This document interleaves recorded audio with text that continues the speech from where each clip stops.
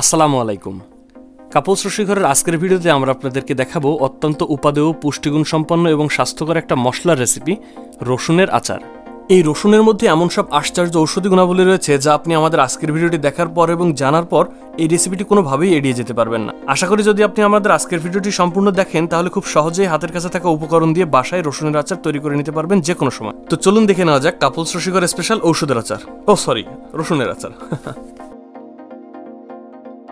প্রথমেই আমি রসুনগুলো প্রস্তুত করে নিচ্ছি।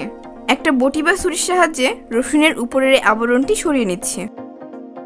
আপনারা হয়তো দেখেই বুঝতে পারছেন রসুনটি আস্ত রেখে এর উপরের আবরণটি যতদূর সম্ভব ছাড়িয়ে নিতে হবে। তারপরে দুই প্রান্তে শেকড় এবং বোটাটাও কেটে নিচ্ছি। যেহেতু তুলনামূলকভাবে বড় রসুনগুলোর থেকে এই ছোট রসুনগুলোর পুষ্টি উপাদান বেশি থাকে, দামেও কম এবং খুবই সহজলভ্য আমাদের দেশি প্রোডাক্ট, তার উপরে এই আস্ত রসুনের আচারটা আমাদের কাছে দেখতেও বেশ দারুণ লাগে। তাই ভাবলাম আজকের রেসিপিটা আপনাদেরকে এই ছোট দেশি রসুনের কোয়া দিয়েই করে দেখাই। এভাবে রসুনের কোয়াগুলো আলগা করে নিলে এর মধ্যে মশলাগুলো বেশ ভালোভাবে যায়। এভাবেই আমি একে একে সবগুলো রসুনের প্রসেস করে নিচ্ছি। আমি এখানে প্রায় আধা কেজির মতো রসুন নিয়েছি। এরপরে এগুলো ভালোভাবে ধুয়ে পানি শুকাতে দিতে হবে। এদিকে রসুনগুলো শুকাতে থাকুক আর আমরা ওদিকে চলুন আচারের জন্য তেলটা প্রস্তুত করে নিই।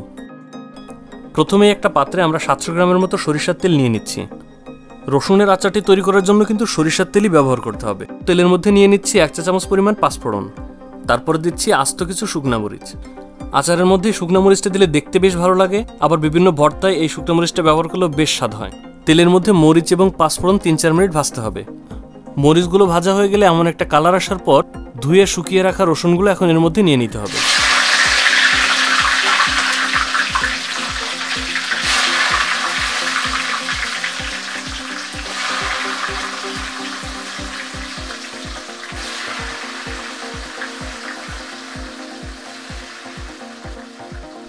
রসুন দেওয়ার সময় চুলার আঁচটা একেবারেই কমিয়ে রাখতে হবে। আর এই কাজটা খুব সাবধানে করতে হবে, কারণ রসুন দেওয়ার পর অনেক সময় তেল ছিটে আসতে পারে। তাপ বেশি থাকলে কিন্তু তেলের এই ফেনাটা উপচে পড়তে পারে। এখন চুলার তাপটা লোতে রেখে 15 মিনিটের মতো রসুনগুলো ভাজতে হবে। যতক্ষণ পর্যন্ত রসুনের মধ্যে জলীয় অংশ থাকবে ততক্ষণ পর্যন্ত এমন তেলে ফেনা তৈরি হবে, আর যখন তেলের মধ্যে ফেনাটা এমন কমে আসবে তখন বুঝতে হবে রসুনটি ভাজা হয়ে গিয়েছে। আমি এর মধ্যে আরও নিয়ে নিচ্ছি হলুদের গুঁড়া 1/2 চা চামচ, জিরা গুঁড়া 1/2 চা চামচ, গরম মশলার গুঁড়া 1/2 চা চামচ, শুকনো মরিচের গুঁড়া 1/2 চা চামচ, লবণ নিচ্ছি 1.5 চা চামচ, আপনারা স্বাদমতো পরিবর্তন করতে পারেন।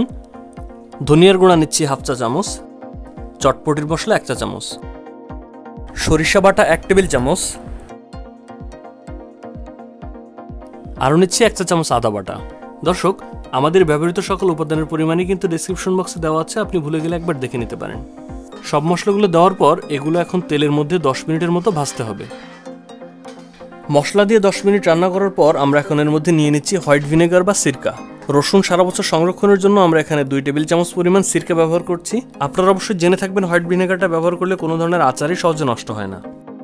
আপনারা জেনে অবাক হবেন এই প্রাকৃতিক অ্যান্টিবায়োটিক রসুনের রয়েছে উচ্চ রক্তচাপ নিয়ন্ত্রণের ক্ষমতা, যক্ষ্মা প্রতিরোধক উপাদান, রোগ প্রতিরোধ বৃদ্ধি করার ক্ষমতা, হজম সমস্যা থেকে মুক্তি দেওয়ার ক্ষমতা, কফ জমে যাওয়া থেকে মুক্তি, শরীরের ফোড়া সারাতে সমাধান, ক্যান্সার প্রতিরোধক উপাদান, রক্ত পরিষ্কার রাখার উপাদান, ঠান্ডা জ্বরে উপকারিতা।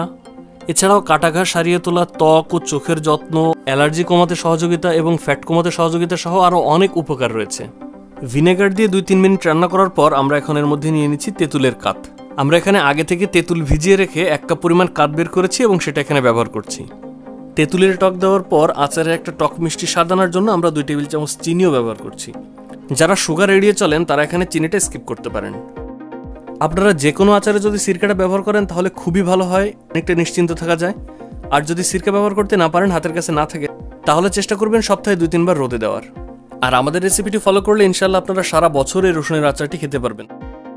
তেঁতুলের চিনি দেওয়ার পর আমি আরও 4-5 মিনিট রান্না করে নিচ্ছি তেঁতুলের পানিটা শুকানো পর্যন্ত।